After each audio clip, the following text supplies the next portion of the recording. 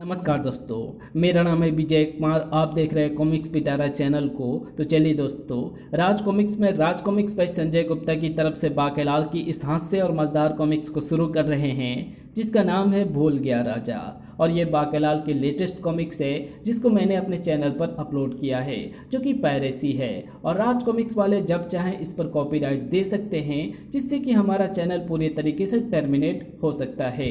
तो अगर आप फ्यूचर में हमसे जुड़े रहना चाहते हैं तो हमारे दूसरे चैनल डिवाइन टेक्नोलॉजी और मेगा स्टार सेलिब्रिटी को जरूर से सब्सक्राइब कर लें, ताकि फ्यूचर में हम एक दूसरे से जुड़े रहें। तो इन दोनों चैनलों का लिंक जो है मैं इस वीडियो के डिस्क्रिप्शन में दे दूंगा, या आप चाहें तो यूट्यूब पर हमारे चैनल को सर्च कर सकते हैं।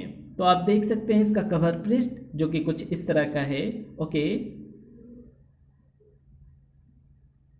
संजय गुप्ता पेश करते हैं भूल गया राजा। हे दयालु, हे कृपालु, हे तारनहार, हे पालनहार, हे तपस्वी, हे मनस्वी, हे दीनबंधु, हे दाता। आप हैं तो हम हैं, आप नहीं तो हम नहीं। आपसे है जमाना, जमाने से हम नहीं। कोई कुछ भी कहता रहे, हम छैला के बाप नहीं। हे कुकुर, हे वरा, हे खुदगर्ज, हे मक्कार, हे कपटी, हे गृध्र, हे 420, हे षड्यंत्रकारी, हे खुरापाती, हे ढीठ, हे आताताई, क्यों रोजाना सुबह सुबह आकर मेरी तपस्या की कोशिश मासा करता रहता है। अभी श्राप उलट योग ना चल रहा होता तो झोला भर के श्राप देता तुझे नराधम। पता है, इस युग में अगर कोई श्राप देता है तो उसका उल्टा असर श्राप देने वाले पर ही पड़ता है, तभी तो आपको पकड़ा है। तो आखिर चाहता क्या है रे? अब आया ना रास्ते पर। दरअसल मुझे पता है कि आपका यहाँ गड्ढा खोदकर कठोर तपस्या करने का कारण क्या है। आपका टांका ऋषि बोया पेड़ बबूल का तो आम कहाँ से खाओगे चार्य की पुत्री गुठली से भिड़ा हुआ है, और अपने होने वाले ससुर को प्रभावित करने के लिए ही आप ये तिकड़म कर रहे हैं। सत्य है, बुढ़े ने कहा है कि जब तक मैं 25 साल तक तपस्या कर महान ऋषि नहीं बन जाता, तब तक वो गुठली का हाथ मेरे हाथ में नहीं देगा। 25 साल बाद तो आप पोपले बुढ़े बन जाओगे, और इस बीच गुठली का दिल किसी और पे आ गया तो, या बुढ़े ने उसकी शादी कहीं और कर दी तो। पर ऋषि बनने के लिए इतने साल तपस्या करना ज़रूरी है? मेरे पास एक ऐसी युक्ति है कि आप बिना तपस्या किए ऋषि भी बन सकते हो और गुठली से शादी भी कर सकते हो। क्या सच में? जल्दी बताओ वो युक्ति। बताऊंगा, पर उससे पहले आपको मेरा काम करना होगा। कैसा काम? मेरा एक गुप्त शत्रु है जिसे रास्ते से हटाना है, परंतु इस प्रकार की उसकी मृत्यु एक दुर्घटना लगे। मैं तो एक ऋषि हूँ, मुझे इस तरह के काम का कोई तजुर्बा नहीं है।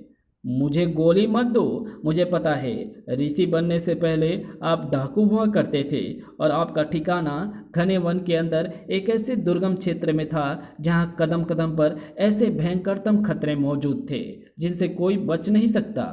तुमने सही कहा, वन के जिस क्षेत्र में मेरा अड्डा था वहाँ कई प्रकार के दानों, पशु और नरभक्षी पेड़ है। तो फिर बताओ, ऐसे कौन कौन से खतरे हैं जिससे मैं मुच्छर मनुष्य का अंत कर सकूं? तो फिर ध्यान से सुनो। उत्तर की तरफ वन में एक कटहल का पेड़ है जहां, और ऋषि बाकी को सब कुछ बताता चला गया। सब कुछ बताने के बाद अब मुझे वो युक्ति बताओ जिससे मैं अविलंब गुठली से शादी कर सकूं। तो सुनो, गुठली के पिता यानी ऋषि बोया पेड़ बबूल का तो आम कहाँ से खाओगे चारे के पास 75 वर्ष की तप की शक्ति है। अगर तुम उनसे 25 वर्ष के तप का फल मांग लो तो तुम बैठे बिठाए ऋषि बन जाओगे, और तुम्हारे ससुर की सेहत पर भी कोई खास असर नहीं पड़ेगा। वाह, ये तो कमाल की युक्ति है। मैं अभी जाकर बुढ़े से बात करता हूँ। हाँ जाओ, मैं भी चलता हूँ। अबे ओ चपड़गंजो राक्षस, देख तेरे लंगोट में चूहा घुस गया है। कहाँ? किधर? अबे पहले देख तो ले, लंगोट पहना भी है या नहीं। रुक ऋषि के बच्चे, अभी तुझे लंगोट में घुसा कर मारता हूँ। रुक बे, संभाल के आना, लंगोट ना खुल जाए कहीं। एक बार हाथ आ जा, मुंडी मरोड़ दूंगा। आजा बेटा, आजा, तेरी अम्मा तुझे याद कर रही है। साले चुहलबाज ऋषि, छोड़ूंगा नहीं तुझे। तड़ाक। अम्मा, निकल गया मेरा दम्मा। ये तो गया। शाम को साले को दावत पे बुलाया था, दावत का इंतजाम हो गया। बा, लाल कपड़ा दिखाता है ऋषि के बच्चे, अभी तेरी पेंदी पाँव करता हूँ। उलुलुलुलुलुलुलु। पेंदी पाँव मतलब तशरीफ की शक्ल बिगाड़ना। बा, हाय, कमीने कमीने ने धोखा से मेरा मुंडी मौ कर दिया। तड़ाक। ये भी गया। यही है ऋषि उंगली कर्ताचार्य, जिसके बारे में अब तक 56 ने मुझे बताया था। मेरा नाम है ऋषि उंगली कर्ताचार्य। मैं इसी तरह दिन भर उंगली करके दुष्ट प्रवृत्ति वाले प्राणियों को दंडित करता हूँ, और इसमें मदद करता है मेरा ये अभिमंत्रित कटहल वृक्ष। ये अभिमंत्रित वृक्ष चेतावनी है उन आतताइयों के लिए जो निरीह प्राणियों को भगा भगा कर उनका शिकार करते हैं, जैसे मेरी प्यारी मुटल्ली के साथ किया था। मेरी मोटी सी प्यारी सी छोटी सी मुटल्ली जो शिकार से बचकर भाग ना सकी, दुष्टों ने उसे चीर फाड़ डाला। वाह! तभी मैंने अपनी मासूम मुटल्ली के मृत देह पर हाथ रखकर प्रण किया था कि अब कोई निरीह प्राणी मुटल्ली जैसी मौत नहीं मरेगा। जो भी पीछा करने वाला इस कटहल वृक्ष के नीचे से गुजरेगा, उसके ऊपर इस पेड़ का कटहल गाज बनकर गिरेगा। उन राक्षस और सांड ने इस वन क्षेत्र में बहुत आतंक मचा रखा था। इनका अंत हुआ और अब मेरा काम भी खत्म और भड़ास निकल गई। अब मैं चला दीर्घ साधना के लिए। जय राम जी की। वाह, इसे कहते हैं शानदार योजना का ताना बाना। अब मोटे को मैं इसी कटहल के वृक्ष के नीचे लाऊंगा और फिर बांके का मन षड्यंत्रों का नया ताना बाना बुन रहा था। दूसरी तरफ महल में एक नए हंगामे की शुरुआत होने वाली थी।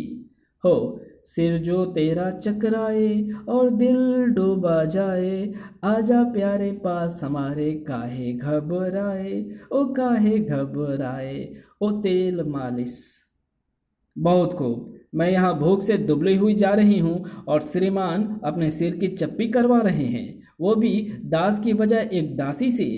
ओह रानी, वो गड़ब, हमारे सिर में भयंकर दर्द हो रहा था। कोई भी दास बुलाने पर भी नहीं आया। हमने सोचा तुम वैसे ही भूखी प्यासी हो, हमारी चंपी नहीं कर पाओगी, सो हमने क्षमा से चंपी करवा ली। क्यों नहीं कर पाऊंगी? जरूर कर पाऊंगी। हाँ हाँ, क्यों नहीं रानी, नेकी और पूछ पूछ, पर जरा तगड़े हाथ से करना। चिंता ना करो महाराज, ऐसी चंपी करूंगी कि याद रखोगे। कचर कचर कचर। हैं, मालिश का स्वर बदल कैसे गया? ये मालिश का स्वर नहीं था महाराज, ये स्वर केस कतरने से आपके केस कतरने का था। रानी, तुमने मेरे बाल कतर दिए?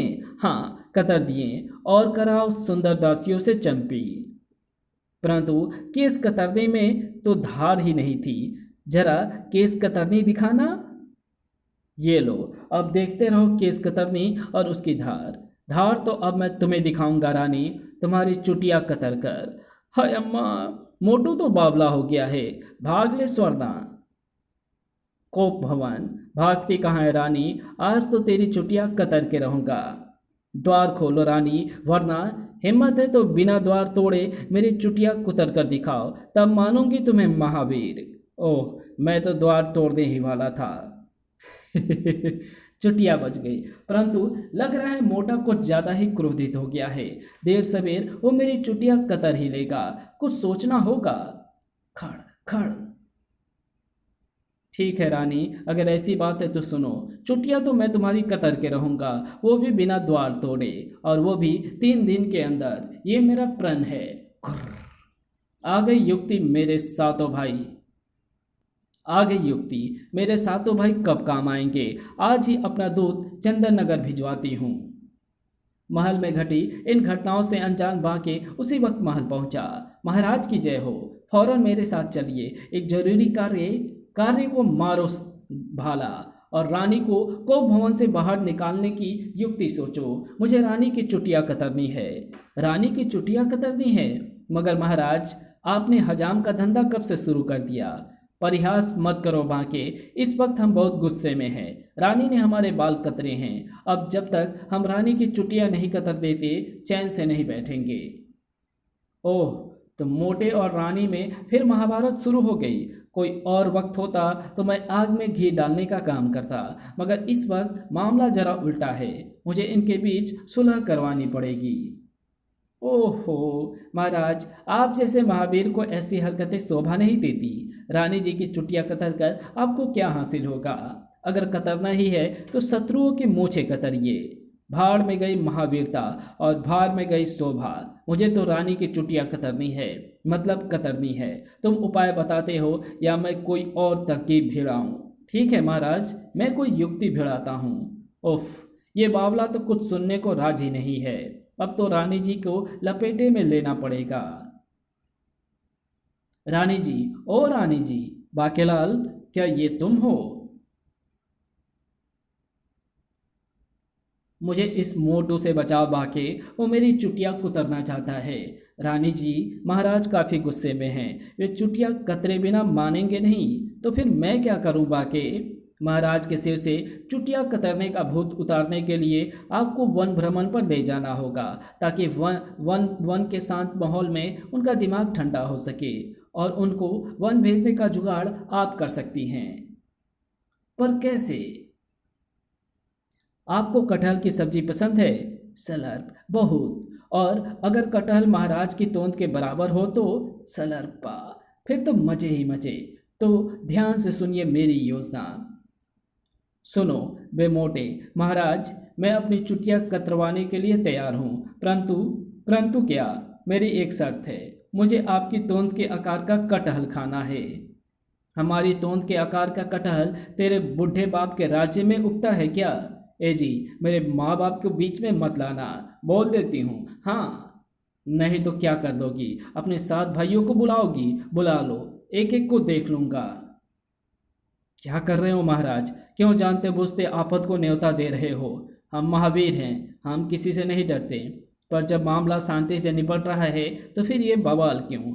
ये सब इस दुष्टा की चाल है। वो समझती है हमें वन में भेजकर वो हमारा ध्यान भटका देगी और हम उसकी चुटिया नहीं कतरेंगे, परंतु ये इसकी भूल है। वैसे भी हमारी तोंद के आकार का कटहल भला हमें कहाँ मिलेगा? मुझे पता है कहाँ मिलेगा। अब बस मेरे साथ चलिए। नहीं, तुम जाओ, हम यहीं रुकेंगे। ओहो महाराज, अगर आप दरवाजे पर ही टिके रहें तो रानी जी बाहर आने से नहीं, तो फिर हम क्या करें बाके? आप मेरे साथ वन को चलें, तब तक आपको महल में ना देख रानी जी बाहर आ जाएंगी और आपको उनकी चुटिया कतरने का अवसर मिल जाएगा। मगर ओहो महाराज, मैं अपने विशेष गुप्तचर बलराम 008 को यहाँ तैनात कर देता हूँ। जैसे ही महारानी बाहर आ जाएंगी वो हमें सूचित कर देगा। ठीक है बाके, तुम कहते हो तो हम चलते हैं, परंतु चुटिया तो हम कतर के रहेंगे। ठीक है, कतर लेना महाराज, पर अभी यहाँ से तो चलो, मेरा मतलब चलो। दूसरे तरफ विशालगढ़ के ही एक वीरान कोने में, कहो गुप्तचर अजायब, क्या खबर है? मुझे मेरे नाम से मत बुलाओ महाराज। हम गुप्तचर जब किसी अभियान पर होते हैं तो कभी अपना असली नाम नहीं बताते। ये मैं जानता हूँ कि मैं गुप्तचर अजायब हूँ, ये आप जानते हैं कि मैं गुप्तचर अजायब हूँ, पर किसी तीसरे को पता नहीं चलना चाहिए कि मैं गुप्तचर अजायब हूँ। पर यहाँ तो हम दोनों के अलावा कोई तीसरा है ही नहीं। वाह, क्या सटीक बात की है। मुझे आपसे ऐसी ही आशा थी। अब मुझे यकीन हो गया है कि आपको राजा बनाकर आपके पिताश्री ने कोई गलती नहीं की। धन्यवाद, मगर तुमने मेरे सवाल का जवाब अब तक नहीं दिया। ओ हाँ, दरअसल हवाओं के भी कान होते हैं और एक अच्छा गुप्तचर वही होता है जिसके साये को भी भनक ना लगे कि वो गुप्तचर है। वो सब ठीक है, पर ये तो बताओ कि क्या खबर है? एकदम सही सवाल। आप वाकई एक महान राजा हैं। दरअसल मैं राजा विक्रम सिंह के महल के अंदर तक दाखिल हो चुका हूँ और जल्द ही आपको अच्छी खबर दूंगा। ये तो तुमने पिछली बार भी कहा था।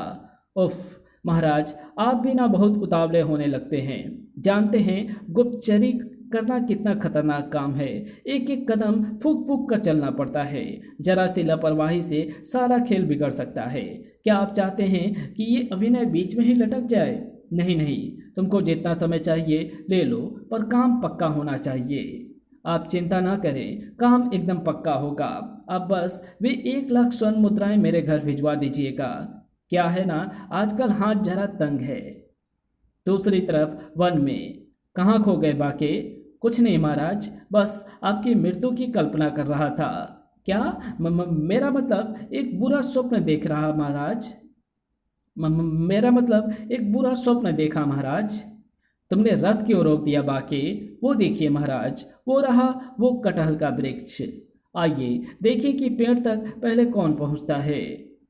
अरे, हम ही पहले पहुंचेंगे, हम महावीर हैं। ऐसा है तो महाराज मुझे पकड़ कर दिखाइए। पकड़ तो हम तुमको लेंगे ही बाके। शायद तुमको पता नहीं, बचपन में हम बहुत तेज धावक थे। तब की बात और थी महाराज। तब आपको आपके साथ भैंस का तबेला नहीं हुआ करता था। भैंस के तबेले से तुम्हारा क्या मतलब है बाके? कहीं तुम हमारी तोंद की बात तो नहीं कर रहे हो ना? महाराज, वैसे तो आप बिल्कुल सही समझे, परंतु मैं तो आपकी जिम्मेदारियों की बात कर रहा था। धड़ाम हो गया कांड। अरे, वृक्ष ने तो मोटे को अंदर खींच लिया। क्या ये पेड़ नरभक्षी है? पर पहले तो ऐसा नहीं हुआ था। खैर, मुझे क्या। विश्वास नहीं होता, मोटा वाकई मर गया है। सब कुछ एक सपने जैसा लग रहा है। कहीं कोई मुझे चोटी काटो, ताकि मुझे यकीन हो जाए कि यह सपना नहीं। अरे, ये आवाज़ कैसी है? ये वृक्ष तो किसी जूड़ी के मरीज की तरह कांप रहा है। समझ गया, हाथी को पचाने के लिए जोर लगा रहा है। कम वक्त, आराम से पचा, ये तेरे महीने भर की खुराक है। अरे, ये क्या? ये तो मेरी ही तरफ आ रहा है। धड़ा! हाय, मर गया। हाय, पूरा बदन सुझा डाला नास पीटे मोटे ने। मरते मरते भी चैन चैन नहीं कमबख्त को। इस हाथी को तो नरभक्षी वृक्ष भी नहीं पचा पाया। कोई बात नहीं, जंगली जानवरों की कमी नहीं है यहाँ। कोई ना कोई इसे अपना आहार बना ही लेगा। भैया, तनिक सुनना। आए, अब ये कौन बोला? ये मैं बोला भैया। मोटा जिंदा कैसे? बोधी वाले भैया, ये कौन सा स्थान है? वन महाराज। वन क्या होता है भैया? वन वन होता है महाराज, जहाँ बहुत सारे पेड़ होते हैं, बहुत सारे जानवर होते हैं। परंतु पेड़ क्या होता है और जानवर क्या होते हैं? क्या मतलब? मोटा ऐसे क्यों पूछ रहा है? मोटा ये क्या उटपटांग बोल रहा है? मोटे को क्या हो गया है? ये तो ऐसे पूछ रहा है जैसे सब कुछ भूल गया हो। ओ तेरी, कहीं सिर पर फल गिरने से मोटे की याददाश्त तो नहीं चली गई? जरूर यही हुआ है। फल ने इस पर गिरकर अपना कार्य तो पूर्ण किया है, किंतु मोटे की मजबूत खोपड़ी मृत्यु का जोर का झटका सह गई। इसलिए वृक्ष ने भी इसे खाने के बजाय बाहर उगल दिया। शायद ये वृक्ष जीवित प्राणियों का मांस नहीं खाता। ये बात मेरे पक्ष में है। मोटे को कुछ याद नहीं है।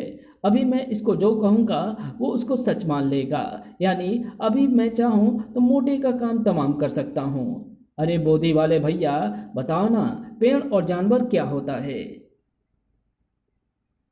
वो देखिए महाराज, उसे पेड़ कहते हैं। उस पर चढ़ जाइए, वहाँ से टपक जाइए।